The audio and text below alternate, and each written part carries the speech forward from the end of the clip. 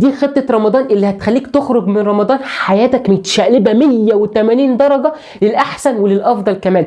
الخطة اللي هتخليك بعد رمضان علاقتك قوية جدا جدا بربنا، وكمان هتغير حاجات كتيرة قوي في شخصيتك للأحسن، وانت هتلاحظ ده بعد رمضان. اول حاجه في الخطه وهي الصلاه. خليني اقول لك ان سيدنا محمد صلى الله عليه وسلم بيقول لك احب الاعمال الى الله الصلاه على وقتها. فيلا بسم الله الرحمن الرحيم. لو انت كنت قبل رمضان مش منتظم قوي في الصلاه، ارجع في رمضان ترجع تاني من تصلي وتنتظم في الصلاه، وتحاول انك انت تنتظم في الصلاه. انا عاوز اقول لك ان ربنا سبحانه وتعالى مديلك فرصه ان شهر رمضان ده كنز والله العظيم ليك، واحسن وقت ليك وانسب وقت ليك. هيساعدك جامد قوي وهيخليك انك انت تنتظم في الصلاه بسهوله قوي قوي قوي. ففي رمضان حاول انك انت تصلي الصلوات الخمسه في وقتها، لان ربنا سبحانه وتعالى بيحب قوي قوي اللي بيعمل كده. وبعد ما تخلص الصلاه قول بس ايه الكرسي، لان سيدنا محمد صلى الله عليه وسلم بيقول لك اللي بيقول ايه الكرسي بعد ما بيخلص الصلاه ربنا سبحانه وتعالى بيدخله الجنه على طول. وايه الكرسي دي هي موجوده في سوره البقره آية 255. حتى انت لو جربت بعد الفيديو انك انت تفتح سورة البقرة وتشوفها وتجيبها هتحفظ الآية الواحدة دي في أقل من دقيقتين. وما تنساش تقول الأذكار اللي لو انت قلتها بعد ما تصلي ربنا سبحانه وتعالى يغفر لك كل ذنوبك حتى لو كانت قد زبد البحر. الأذكار دي سبحان الله، الحمد لله، لا إله إلا الله، الله أكبر. قول كل واحدة منهم 33 مرة بس، وبعد ما تخلص قول مرة واحدة بس لا إله إلا الله وحده لا شريك له الملك وله الحمد يحيي ويميت وهو على كل شيء قدير. تاني خطوة في الخطة وهي السنن اللي كان بيصليها سيدنا محمد صلى الله عليه وسلم مع الصلوات الخمسة. لو عاوز يوم القيامة اللي احنا هنكون فيه محتاجين قوي للشفاعة سيدنا محمد صلى الله عليه وسلم، وهنكون محتاجين ان احنا نكون قريبين قوي مع سيدنا محمد صلى الله عليه وسلم في اليوم ده.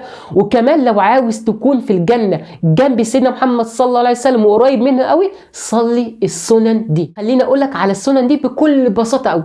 في صلاة الفجر هتصلي ركعتين بس قبل صلاة الفجر، والركعتين دول سيدنا محمد قال عليهم خير من الدنيا وما فيها. اما في صلاة الظهر فانت بتصلي 4 ركعات بس خفاف قوي قبل صلاة الظهر، بس بتصليهم ركعتين وتسلم ركعتين وتسلم.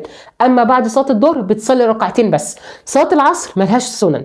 في صلاة المغرب بتصلي ركعتين بعد صلاة المغرب. أما في صلاة العشاء فبتصلي ركعتين بعد صلاة العشاء، وبتختمها بركعة الوتر، هي ركعة واحدة بتصليها.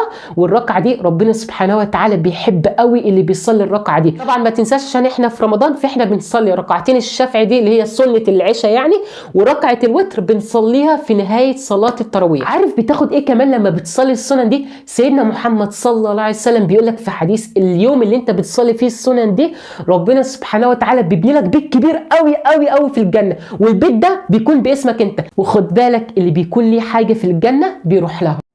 ثالث خطوة في خطة رمضان وهي صلاة قيام الليل.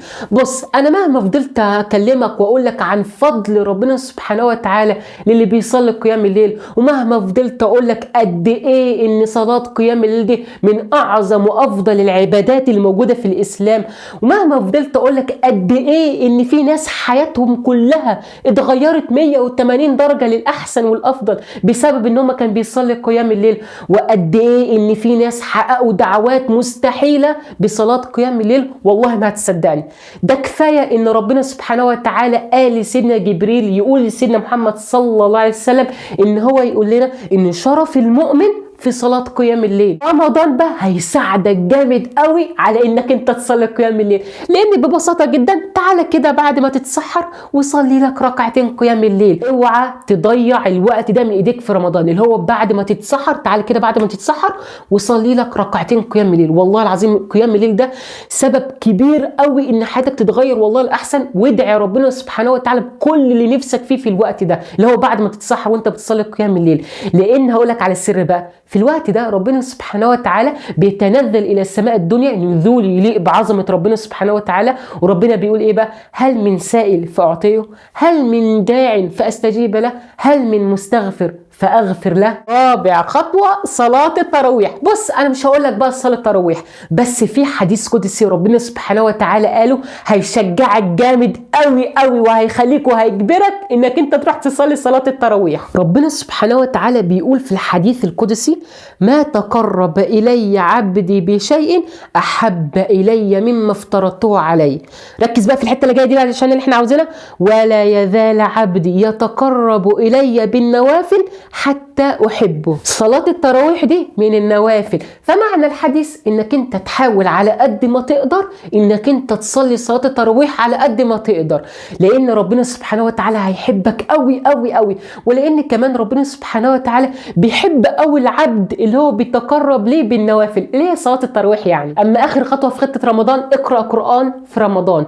بجد قرايتك للقران في رمضان مختلفه تماما عن اي وقت تاني انت تقرا فيه قران، مختلفه في الاجر والثواب. ده غير كمان انك انت عارف ان كل حرف بتقراه في القران بتاخد عليه 10 حسنات. ولو نفسك انك انت تختم قرايه القران في شهر رمضان، هقول لك على اسهل طريقه تختم بيها القران في رمضان وانت مستريح، وبجد اتحداك انك انت مش هتلاقي اسهل من الطريقه دي. والطريقه هي بكل سهوله هو انك انت تقرا 4 صفح بعد كل صلاه تصليها من الصلوات الخمسه او قبليها، مش هتفرق خالص. ورمضان كريم عليك وكل سنه وانت طيب. وزي ما انت عارف انا عموره اللايف كوتش بتاعك.